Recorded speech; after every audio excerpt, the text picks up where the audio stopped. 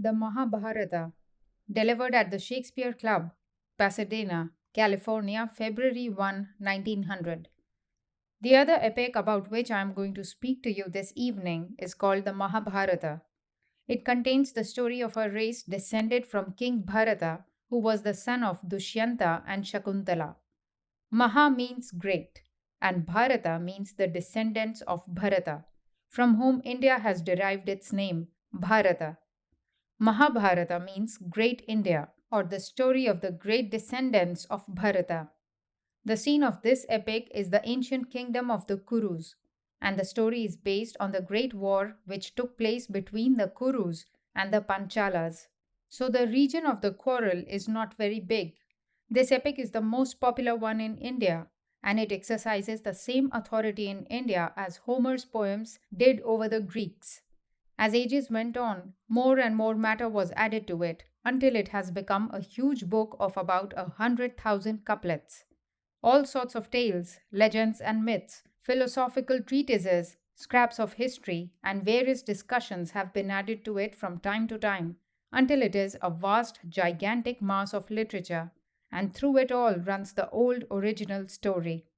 The central story of the Mahabharata is of a war between two families of cousins, one family called the Kauravas, the other the Pandavas, for the empire of India. The Aryans came into India in small companies. Gradually, these tribes began to extend until at last they became the undisputed rulers of India. And then arose this fight to gain the mastery between two branches of the same family. Those of you who have studied the Gita know how the book opens with a description of the battlefield, with two armies arrayed one against the other. That is the war of the Mahabharata. There were two brothers, sons of the emperor. The elder one was called Dhritarashtra, and the other was called Pandu. Dhritarashtra, the elder one, was born blind. According to Indian law, no blind, halt, maimed, consumptive, or any other constitutionally diseased person can inherit. He can only get a maintenance. So Dhritarashtra could not ascend the throne, though he was the elder son, and Pandu became the emperor. Dhritarashtra had 100 sons, and Pandu had only five. After the death of Pandu at an early age, Dhritarashtra became king of the Kurus and brought up the sons of Pandu along with his own children. When they grew up, they were placed under the tutorship of the great priest warrior Drona and were well trained in the various material arts and sciences befitting princes. The education of the princes being finished, Dhritarashtra put Yudhishthira, the eldest of the sons of Pandu, on the throne of his father. The sterling virtues of Yudhishthira and the valor and devotion of his other brothers aroused jealousies in the hearts of the sons of the blind king, and at the instigation of Duryodhana, the eldest of them, the five Pandava brothers were prevailed upon to visit Varanavata on the plea of a religious festival that was being held there. There they were accommodated in a palace made under Duryodhana's instructions of hemp, raisin, and lac, and other inflammable materials, which were subsequently set fire to secretly. But the good Vidura, the stepbrother of Dhritarashtra, having become cognizant of the evil intentions of Duryodhana and his party, had warned the Pandavas of the plot, and they managed to escape without anyone's knowledge. When the Kurus saw the house was reduced to ashes, they heaved a sigh of relief and thought all obstacles were now removed out of their path. Then the children of Dhritarashtra got hold of the kingdom. The five Pandava brothers had fled to the forest with their mother Kunti. They lived there by begging and went about in disguise, giving themselves out as Brahmana students. Many were the hardships and adventures they encountered in the wild forests, but their fortitude of mind and strength and valor made them conquer all dangers. So things went on until they came to hear of the approaching marriage of the princess of a neighboring country. I told you last night of the peculiar form of the ancient Indian marriage. It was called Swayamvara, that is, the choosing of the husband by the princess. A great gathering of princes and nobles assembled, amongst whom the princess would choose her husband. Preceded by her trumpeters and heralds, she would approach, carrying a garland of flowers in her hand. At the throne of each candidate for her hand, the praises of that prince and all his great deeds in battle would be declared by the heralds. And when the princess decided which prince she desired to have for her husband, she would signify the fact by throwing the marriage garland round his neck. Then the ceremony would turn into a wedding. King Drupada was a great king, king of the Panchalas, and his daughter, Draupadi, famed far and wide for her beauty and accomplishments, was going to choose a hero. At a Swayamvara, there was always a great feat of arms or something of the kind. On this occasion, a mark in the form of a fish was set up high in the sky. Under that fish was a wheel with a hole in the center, continually turning round, and beneath was a tub of water. A man looking at the reflection of the fish in the tub of water was asked to send an arrow and hit the eye of the fish through the chakra or wheel, and he who succeeded would be married to the princess. Now there came kings and princes from different parts of India, all anxious to win the hand of the princess, and one after another they tried their skill, and every one of them failed to hit the mark. You know, there are four castes in India. The highest caste is that of the hereditary priest, the Brahmana. Next is the caste of the Kshatriya, composed of kings and fighters. Next, the Vaishyas, the traders or businessmen. And then Shudras, the servants. Now, this princess was, of course, a Kshatriya, one of the second caste. When all those princes failed in hitting the mark, then the son of King Drupada rose up in the midst of the court and said, the Kshatriya, the king caste has failed. Now the contest is open to the other castes. Let a Brahmana, even a Shudra, take part in it. Whosoever hits the mark marries Draupadi. Among the Brahmanas were seated the five Pandava brothers. Arjuna, the third brother, was the hero of the bow. He arose and stepped forward. Now, Brahmanas as a caste are very quiet and rather timid people. According to the law, they must not touch a warlike weapon. They must not wield a sword. They must not go into any enterprise that is dangerous. Their life is one of contemplation, study, and control of the inner nature. Judge, therefore, how quiet and peaceable a people they are.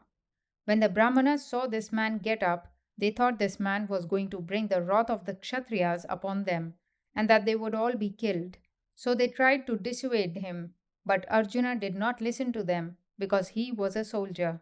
He lifted the bow in his hand, strung it without any effort, and drawing it, sent the arrow right through the wheel and hit the eye of the fish.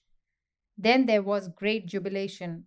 Draupadi, the princess, approached Arjuna and threw the beautiful garland of flowers over his head.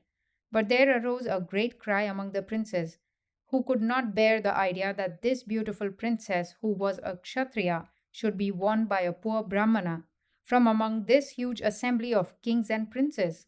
So they wanted to fight Arjuna and snatch her from him by force. The brothers had a tremendous fight with the warriors, but held their own and carried off the bride in triumph. The five brothers now returned home to Kunti with the princess. Brahmanas have to live by begging. So they who lived as Brahmanas used to go out, and what they got by begging they brought home, and the mother divided it among them. Thus the five brothers with the princess came to the cottage where the mother lived. They shouted out to her jocosely, Mother, we have brought home a most wonderful alms today.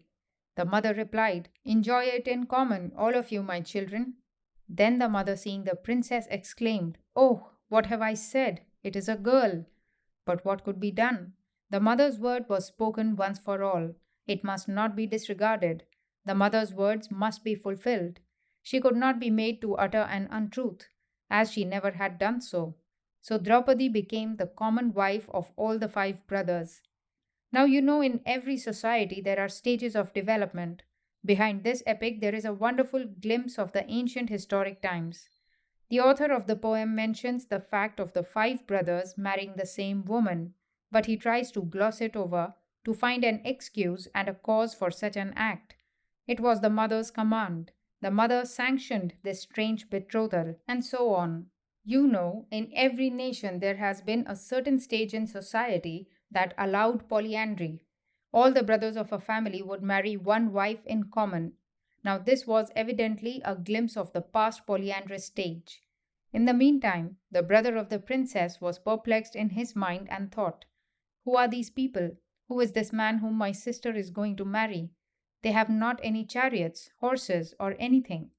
why they go on foot. So he had followed them at a distance, and at night overheard their conversation, and became fully convinced that they were really Kshatriyas. Then King Drupada came to know who they were and was greatly delighted.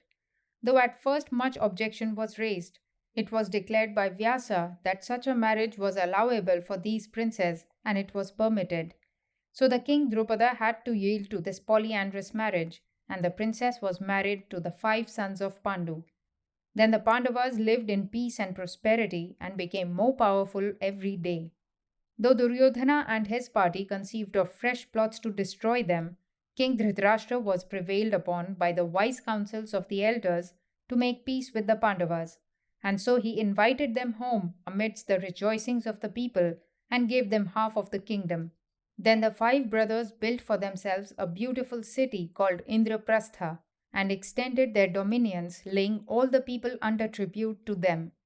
Then the eldest, Yudhishthira, in order to declare himself emperor over all the kings of ancient India, decided to perform a Rajasuya Yajna or imperial sacrifice, in which the conquered kings would have to come with tribute and swear allegiance and help the performance of the sacrifice by personal services. Sri Krishna, who had become their friend and a relative, came to them and approved of the idea. But there was one obstacle to its performance. A king, Jarasandha by name, who intended to offer a sacrifice of 100 kings, had 86 of them kept as captives with him. Sri Krishna counseled an attack on Jarasandha. So he, Bhima, and Arjuna challenged the king, who accepted the challenge and was finally conquered by Bhima after 14 days, continuous wrestling. The captive kings were then set free. Then the four younger brothers went out with armies on a conquering expedition, each in a different direction, and brought all the kings under subjection to Yudhishthira. Returning, they laid all the vast wealth they secured at the feet of the eldest brother to meet the expenses of the great sacrifice. So to this Rajasuya sacrifice all the liberated kings came, along with those conquered by the brothers, and rendered homage to Yudhishthira. King Dhritarashtra and his sons were also invited to come and take a share in the performance of the sacrifice. At the conclusion of the sacrifice, Yudhishthira was crowned emperor and declared as Lord Paramount. This was the sowing of the future feud. Duryodhana came back from the sacrifice filled with jealousy against Yudhishthira, as their sovereignty and vast splendor and wealth were more than he could bear, and so he devised plans to effect their fall by guile, as he knew that to overcome them by force was beyond his power. This king, Yudhishthira, had the love of gambling, and he was challenged at an evil hour to play dice with Shakuni, the crafty gambler and the evil genius of Duryodhana. In ancient India, if a man of the military caste was challenged to fight, he must at any price accept the challenge to uphold his honor. And if he was challenged to play dice, it was a point of honor to play, and dishonorable to decline the challenge. King Yudhishthira, says the epic, was the incarnation of all virtues. Even he, the great sage king, had to accept the challenge. Shakuni and his party had made false dice. So Yudhishthira lost game after game, and stung with his losses, he went on with the fatal game, staking everything he had and losing all, until all his possessions, his kingdom, and everything were lost. The last stage came when, under further challenge, he had no other resources left but to stake his brothers, and then himself, and last of all, the fair Draupadi, and lost all. Now they were completely at the mercy of the Kauravas, who cast all sorts of insults upon them and subjected Draupadi to most inhuman treatment. At last, through the intervention of the blind king, they got their liberty and were asked to return home and rule their kingdom. But Duryodhana saw the danger and forced his father to allow one more throw of the dice, in which the party which would lose should retire to the forests for 12 years and then live unrecognized in a city for 1 year. But if they were found out, the same term of exile should have to be undergone once again, and then only the kingdom was to be restored to the exiled. This last game also Yudhishthira lost, and the five Pandava brothers retired to the forests with Draupadi as homeless exiles. They lived in the forests and mountains for 12 years. There they performed many deeds of virtue and valor, and would go out now and then on a long round of pilgrimages, visiting many holy places. That part of the poem is very interesting and instructive, and various other incidents, tales, and legends with which this part of the book is replete. There are in it beautiful and sublime stories of ancient India, religious and philosophical. Great sages came to see the brothers in their exile and narrated to them many telling stories of ancient India so as to make them bear lightly the burden of their exile. One only I will relate to you here. There was a king called Ashwapati. The king had a daughter who was so good and beautiful that she was called Savitri, which is the name of a sacred prayer of the Hindus. When Savitri grew old enough, her father asked her to choose a husband for herself. These ancient Indian princesses were very independent, you see, and chose their own princely suitors. Savitri consented and travelled in distant regions, mounted in a golden chariot with her guards and aged courtiers to whom her father entrusted her, stopping at different courts and seeing different princes, but not one of them could win the heart of Savitri. They came at last to a holy hermitage in one of those forests that in ancient India were reserved for animals, and where no animals were allowed to be killed. The animals lost the fear of man. Even the fish in the lakes came and took food out of the hand. For thousands of years, no one had killed anything therein. The sages and the aged went there to live among the deer and the birds. Even criminals were safe there. When a man got tired of life, he would go to the forest, and in the company of sages, talking of religion and meditating thereon, he passed the remainder of his life. Now it happened that there was a king, Dyumatsena, who was defeated by his enemies and was deprived of his kingdom when he was struck with age and had lost his sight. This poor old blind king, with his queen and his son, took refuge in the forest and passed his life in rigid penance. His boy's name was Satyavan. It came to pass that after having visited all the different royal courts, Savitri at last came to this hermitage or holy place. Not even the greatest king could pass by the hermitages or ashramas, as they were called, without going to pay homage to the sages, for such honor and respect was felt for these holy men.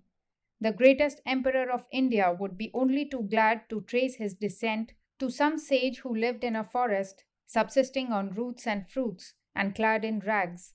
We are all children of sages. That is the respect that is paid to religion.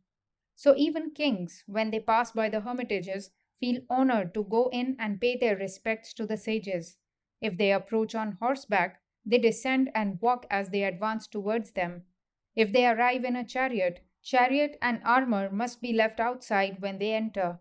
No fighting man can enter unless he comes in the manner of a religious man, quiet and gentle.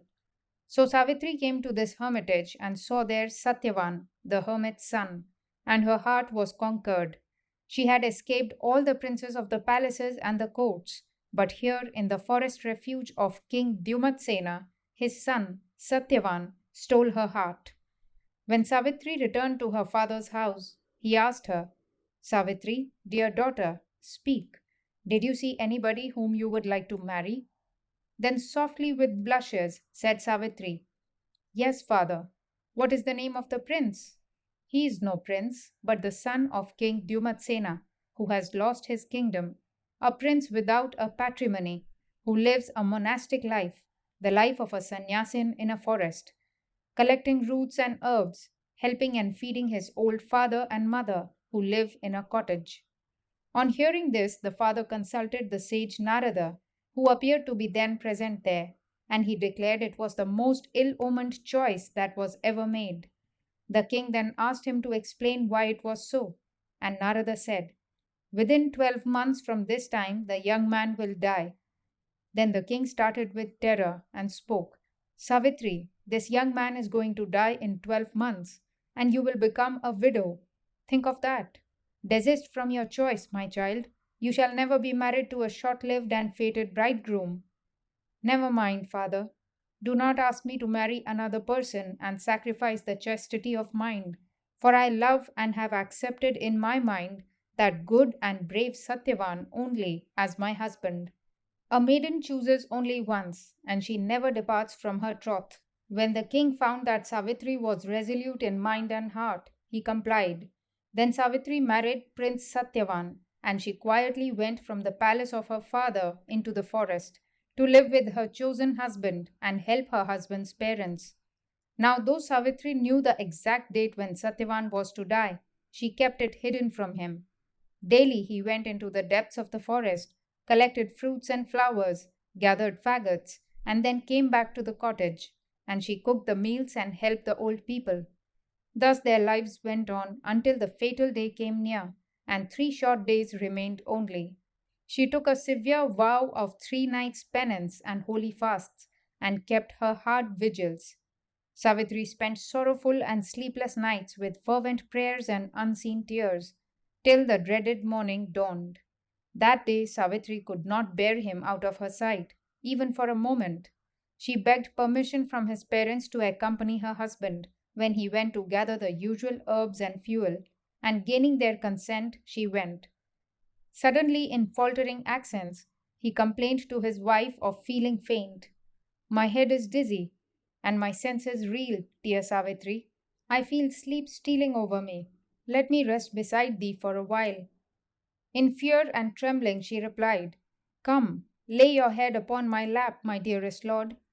And he laid his burning head in the lap of his wife, and ere long sighed and expired. Clasping him to her, her eyes flowing with tears, there she sat in the lonesome forest until the emissaries of death approached to take away the soul of Satyavan. But they could not come near to the place where Savitri sat with the dead body of her husband, his head resting in her lap. There was a zone of fire surrounding her, and not one of the emissaries of death could come within it. They all fled back from it, returned to King Yama, the god of death, and told him why they could not obtain the soul of this man. Then came Yama, the god of death, the judge of the dead. He was the first man that died on earth, and he had become the presiding deity over all those that die. He judges whether after a man has died he is to be punished or rewarded. So he came himself. Of course, he could go inside that charmed circle as he was a god. When he came to Savitri, he said, Daughter, give up this dead body, for no, death is the fate of mortals, and I am the first of mortals who died. Since then, everyone has had to die. Death is the fate of man. Thus told, Savitri walked off, and Yama drew the soul out. Yama, having possessed himself of the soul of the young man, proceeded on his way. Before he had gone far, he heard footfalls upon the dry leaves. He turned back. Savitri, daughter, why are you following me? This is the fate of all mortals. I am not following thee, father, replied Savitri, but this is also the fate of woman. She follows where her love takes her, and the eternal law separates not loving man and faithful wife. Then said the god of death, Ask for any boon except the life of your husband. If thou art pleased to grant a boon, O Lord of Death, I ask that my father in law may be cured of his blindness and made happy. Let thy pious wish be granted, duteous daughter. And then the king of death travelled on with the soul of Satyavan. Again the same footfall was heard from behind. He looked round. Savitri, my daughter, you are still following me? Yes, my father, I cannot help doing so. I am trying all the time to go back, but the mind goes after my husband and the body follows. The soul has already gone, for in that soul is also mine. And when you take the soul, the body follows, does it not? Pleased am I with your words, fair Savitri. Ask yet another boon of me, but it must not be the life of your husband. Let my father in law regain his lost wealth and kingdom, father, if thou art pleased to grant another supplication. Loving daughter, Yama answered, this boon I now bestow, but return home, for living mortal cannot go with King Yama. And then Yama pursued his way. But Savitri, meek and faithful, still followed her departed husband. Yama again turned back. Noble Savitri, follow not in hopeless woe. I cannot choose but follow where thou takest my beloved one. Then suppose, Savitri, that your husband was a sinner and has to go to hell. In that case, goes Savitri with the one she loves? Glad am I to follow where he goes, be it life or death, heaven or hell, said the loving wife. Blessed are your words, my child. Pleased am I with you. Ask yet another boon, but the dead come not to life again.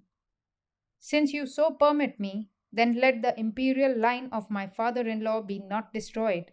Let his kingdom descend to Satyavan's sons. And then the god of death smiled. My daughter, thou shalt have thy desire now. Here is the soul of thy husband. He shall live again. He shall live to be a father, and thy children also shall reign in due course. Return home. Love has conquered death. Woman never loved like thee, and thou art the proof that even I, the god of death, am powerless against the power of the true love that abideth. This is the story of Savitri, and every girl in India must aspire to be like Savitri, whose love could not be conquered by death, and who, through this tremendous love, snatched back from even Yama the soul of her husband. The book is full of hundreds of beautiful episodes like this. I began by telling you that the Mahabharata is one of the greatest books in the world and consists of about 100,000 verses in 18 parvans or volumes. To return to our main story, we left the Pandava brothers in exile. Even there, they were not allowed to remain unmolested from the evil plots of Duryodhana, but all of them were futile. A story of their forest life I shall tell you here. One day, the brothers became thirsty in the forest. Yudhishthira bade his brother Nakula go and fetch water. He quickly proceeded towards the place where there was water and soon came to a crystal lake, and was about to drink of it when he heard a voice utter these words: Stop, O child. First answer my questions, and then drink of this water. But Nakula, who was exceedingly thirsty, disregarded these words, drank of the water, and having drunk of it, dropped down dead. As Nakula did not return, King Yudhishthira told Sahadeva to seek his brother and bring back water with him. So Sahadeva proceeded to the lake and beheld his brother lying dead. Afflicted at the death of his brother and suffering severely from thirst, he went towards the water, when the same words were heard by him: O child, first answer my questions, and then drink of the water. He also disregarded these words, and having satisfied his thirst, dropped down dead. Subsequently, Arjuna and Bhima were sent, one after the other, on a similar quest, but neither returned, having drunk of the lake and dropped down dead. Then Yudhishthira rose up to go in search of his brothers. At length he came to the beautiful lake and saw his brothers lying dead. His heart was full of grief at the sight, and he began to lament. Suddenly he heard the same voice saying, Do not, O child, act rashly. I am a yaksha living as a crane on tiny fish. It is by me that thy younger brothers have been brought under the sway of the lord of departed spirits. If thou, O prince, answer not the questions put by me, even thou shalt number the fifth corpse. Having answered my questions first, do thou, O Kunti's son, drink and carry away as much as thou requires. Yudhishthira replied, I shall answer thy questions according to my intelligence. Do thou ask Met. The Yaksha then asked him several questions, all of which Yudhishthira answered satisfactorily. One of the questions asked was, What is the most wonderful fact in this world? We see our fellow beings every moment falling off around us, but those that are left behind think that they will never die. This is the most curious fact. In face of death, none believes that he will die. Another question asked was, What is the path of knowing the secret of religion? And Yudhishthira answered, By argument nothing can be settled. Doctrines there are many, various other scriptures, one part contradicting the other. There are not two sages who do not differ in their opinions. The secret of religion is buried deep, as it were in dark caves. So the path to be followed is that which the great ones have trodden. Then the Yaksha said, I am pleased. I am Dharma, the god of justice in the form of the crane. I came to test you. Now your brothers see, not one of them is dead. It is all my magic. Since abstention from injury is regarded by thee as higher than both profit and pleasure, therefore let all thy brothers live, O bull of the Bharata race. And at these words of the Yaksha, the Pandavas rose up. Here is a glimpse of the nature of King Yudhishthira. We find by his answers that he was more of a philosopher, more of a yogi than a king. Now, as the 13th year of the exile was drawing nigh, the Yaksha bade them to go to Virata's kingdom and live there in such disguises as they would think best. So, after the term of the 12 years' exile had expired, they went to the kingdom of Virata in different disguises to spend the remaining 1 year in concealment and entered into menial service in the king's household. Thus, Yudhishthira became a Brahmana courtier of the king, as one skilled in dice. Bhima was appointed a cook. Arjuna, dressed as a eunuch, was made a teacher of dancing and music to Uttara, the princess, and remained in the inner apartments of the king. Nakula became the keeper of the king's horses, and Sahadeva got the charge of the cows, and Draupadi, disguised as a waiting woman, was also admitted into the queen's household. Thus concealing their identity, the Pandava brothers safely spent a year, and the search of Duryodhana to find them out was of no avail. They were only discovered just when the year was out.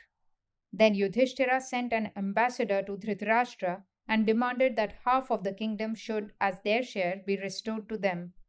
But Duryodhana hated his cousins and would not consent to their legitimate demands. They were even willing to accept a single province, nay, even 5 villages. But the headstrong Duryodhana declared that he would not yield without fight even as much land as a needle's point would hold. Dhritarashtra pleaded again and again for peace, but all in vain. Krishna also went and tried to avert the impending war and death of kinsmen. So did the wise elders of the royal court.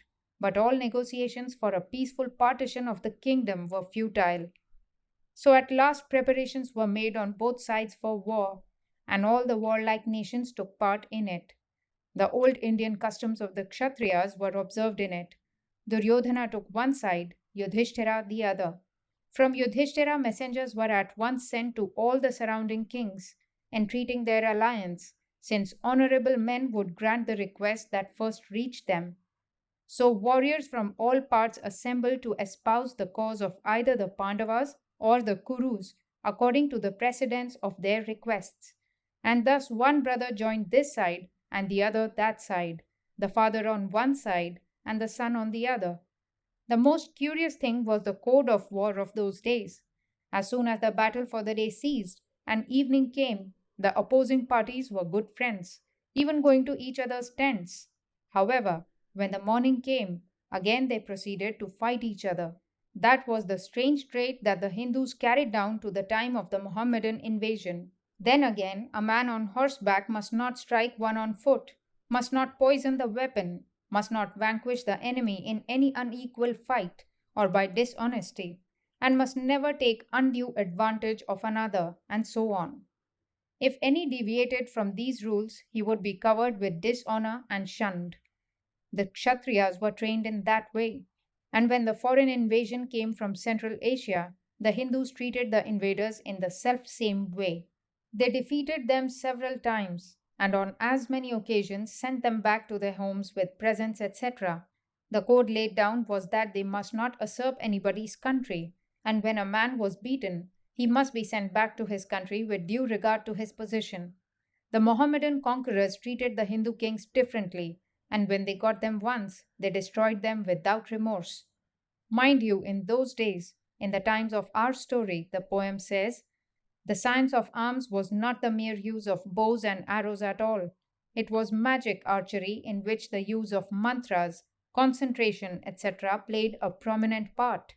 One man could fight millions of men and burn them at will.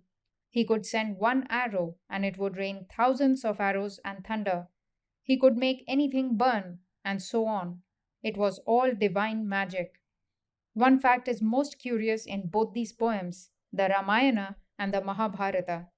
Along with these magic arrows and all these things going on, you see the cannon already in use. The cannon is an old thing used by the Chinese and the Hindus. Upon the walls of the cities were hundreds of curious weapons made of hollow iron tubes. which filled with powder and ball would kill hundreds of men.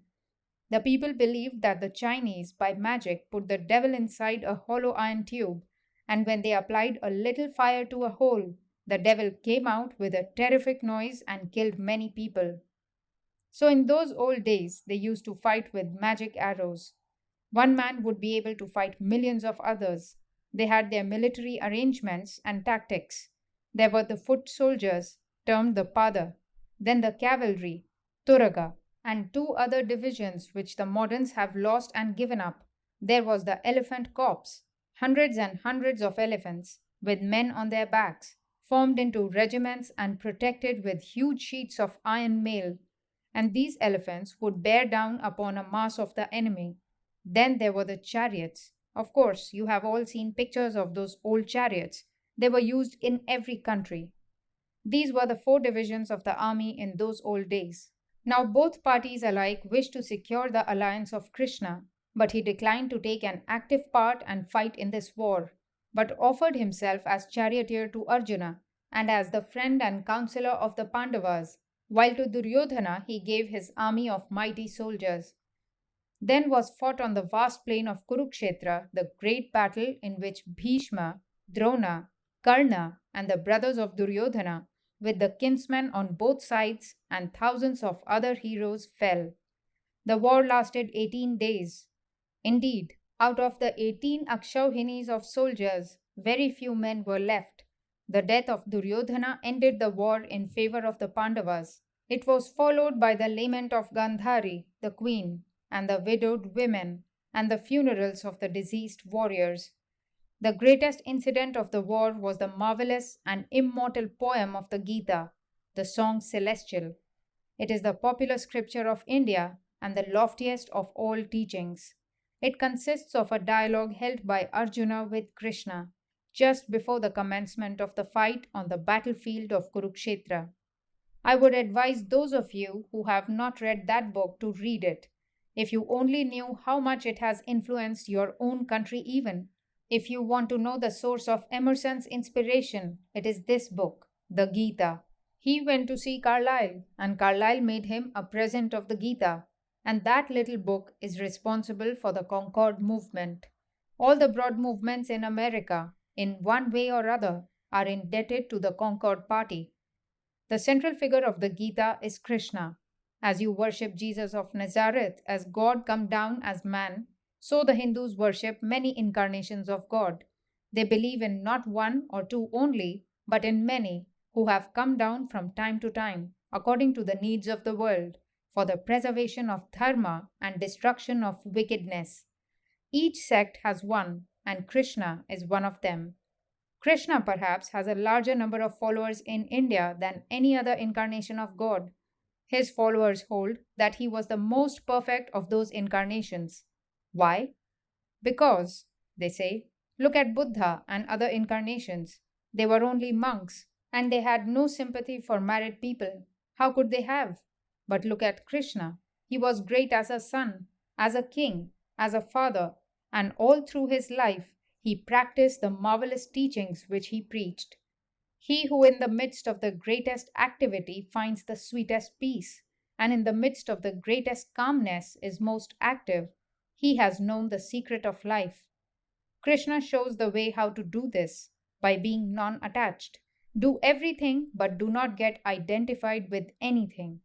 You are the soul, the pure, the free, all the time. You are the witness. Our misery comes not from work, but by our getting attached to something. Take, for instance, money. Money is a great thing to have. Earn it, says Krishna. Struggle hard to get money, but don't get attached to it. So with children, with wife, husband, relatives, fame, everything.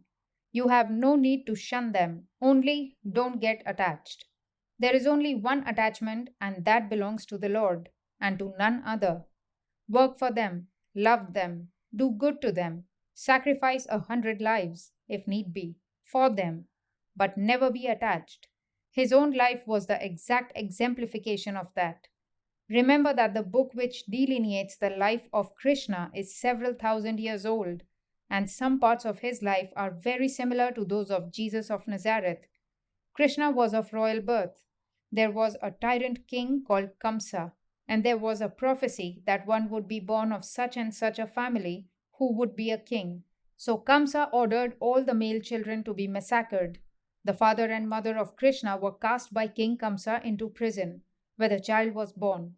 A light suddenly shone in the prison, and the child spoke, saying, I am the light of the world, born for the good of the world.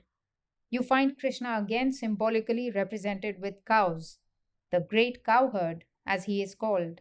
Sages affirmed that God himself was born, and they went to pay him homage.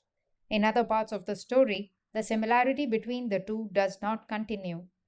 Sri Krishna conquered this tyrant Kamsa, but he never thought of accepting or occupying the throne himself. He had nothing to do with that.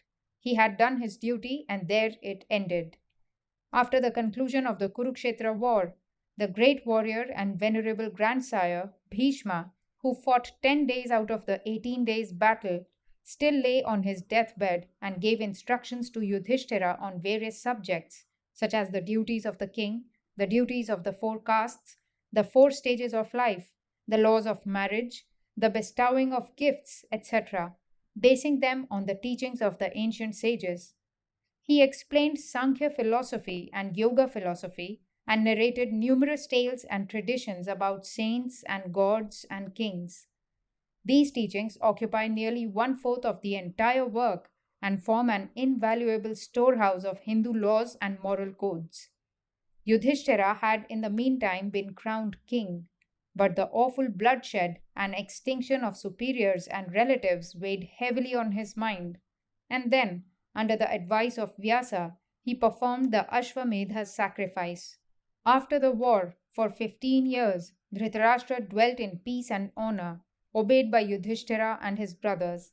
Then the aged monarch, leaving Yudhishthira on the throne, retired to the forest with his devoted wife and Kunti, the mother of the Pandava brothers, to pass his last days in asceticism. 36 years had now passed since Yudhishthira regained his empire. Then came to him the news that Krishna had left his mortal body.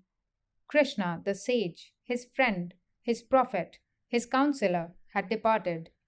Arjuna hastened to Dwarka and came back only to confirm the sad news that Krishna and the Yadavas were all dead.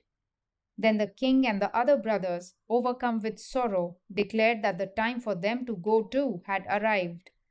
So they cast off the burden of royalty, placed Parikshit, the grandson of Arjuna, on the throne, and retired to the Himalayas on the great journey, the Mahaprasthana. This was a peculiar form of sannyasa.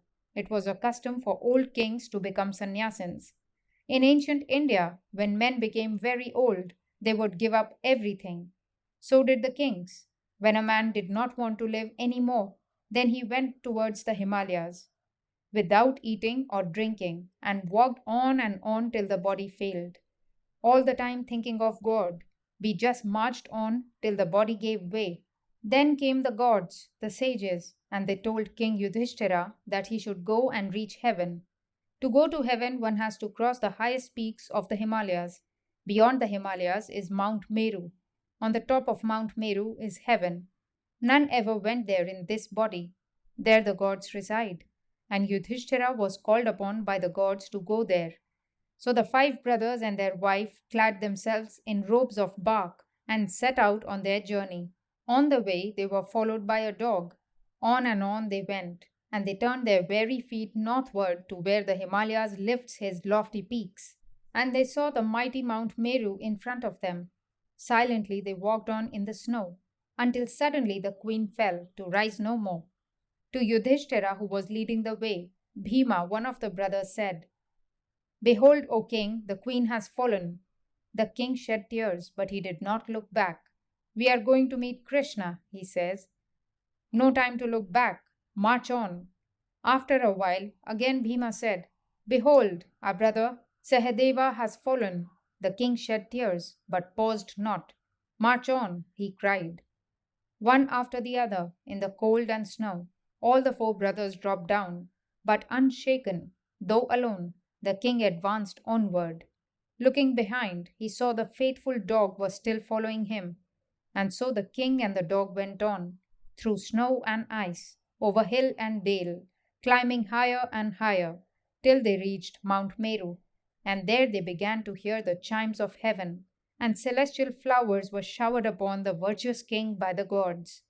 Then descended the chariot of the gods, and Indra prayed him, Ascend in this chariot, greatest of mortals, thou that alone art given to enter heaven without changing the mortal body. But no, that Yudhishthira would not do without his devoted brothers and his queen. Then Indra explained to him that the brothers had already gone thither before him. And Yudhishthira looked around and said to his dog, Get into the chariot, child. The god stood aghast. What? The dog? He cried. Do thou cast off this dog. The dog goeth not to heaven. Great king, what dost thou mean? Art thou mad? Thou, the most virtuous of the human race, thou only canst go to heaven in thy body. But he has been my devoted companion through snow and ice. When all my brothers were dead, my queen dead, he alone never left me. How can I leave him now? There is no place in heaven for men with dogs. He has to be left behind. There is nothing unrighteous in this. I do not go to heaven, replied the king, without the dog. I shall never give up such a one who has taken refuge with me until my own life is at an end. I shall never swerve from righteousness, nay, not even for the joys of heaven or the urging of a god. Then, said Indra, on one condition the dog goes to heaven.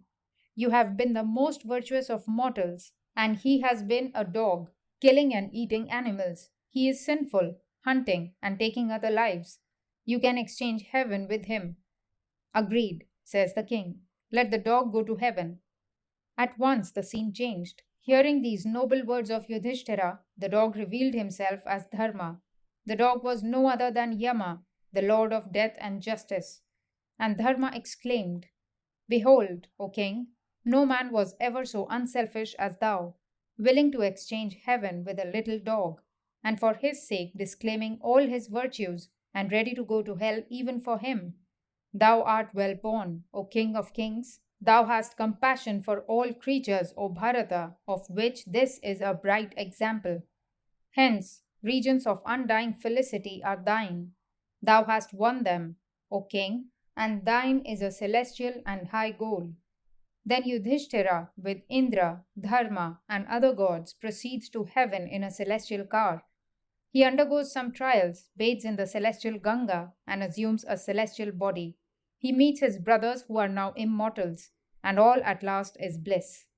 Thus ends the story of the Mahabharata, setting forth in a sublime poem the triumph of virtue and defeat of vice. In speaking of the Mahabharata to you, it is simply impossible for me to present the unending array of the grand and majestic characters of the mighty heroes depicted by the genius and mastermind of Vyasa, the internal conflicts between righteousness and filial affection in the mind of the God-fearing yet feeble old blind king Dhritarashtra, the majestic character of the grandsire Bhishma, the noble and virtuous nature of the royal Yudhishthira, and of the other four brothers, as mighty in valor as in devotion and loyalty, the peerless character of Krishna, unsurpassed in human wisdom, and not less brilliant, the characters of the women, the stately queen Gandhari, the loving mother Kunti, the ever devoted and all suffering Draupadi.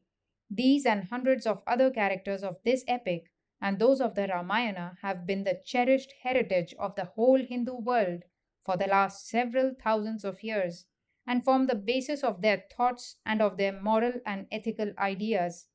In fact, the Ramayana and the Mahabharata are the two encyclopedias of the ancient Aryan life and wisdom, portraying an ideal civilization which humanity has yet to aspire after.